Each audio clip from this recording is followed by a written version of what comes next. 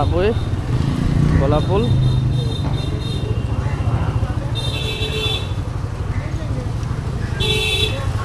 আর একটা গাড়ি ঢুকলে আর একটা গাড়ি বেরোতে পারে না।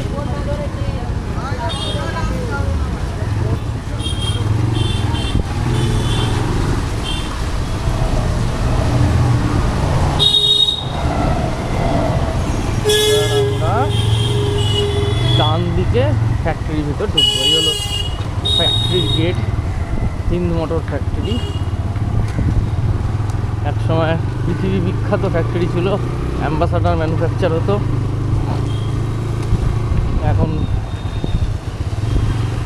বন্ধ, অ্যাম্বাসাডার ম্যানুফ্যাকচারিং তো বন্ধ। শুনেছি নাকি রেলের কোচ এখানে তৈরি হবে, সেরকম একটা পরিকল্পনা চলছে। বিশাল এরিয়া, আমার ডান দিকে পুরোটাই ফ্যাক্টরি এরিয়া।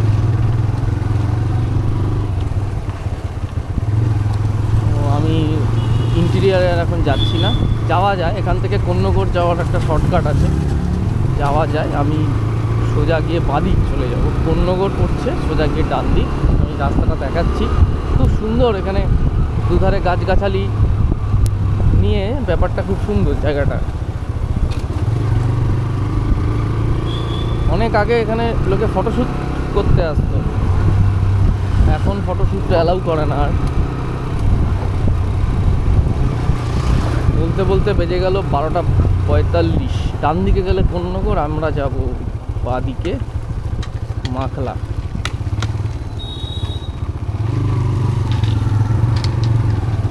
এখানে ডান দিকে একটা সুন্দর মন্দির আছে, আমি চেষ্টা করছি দেখানোর। এই যে আমি ছোটোবেলায় বাবা খুব নিয়ে আসতো এখানে।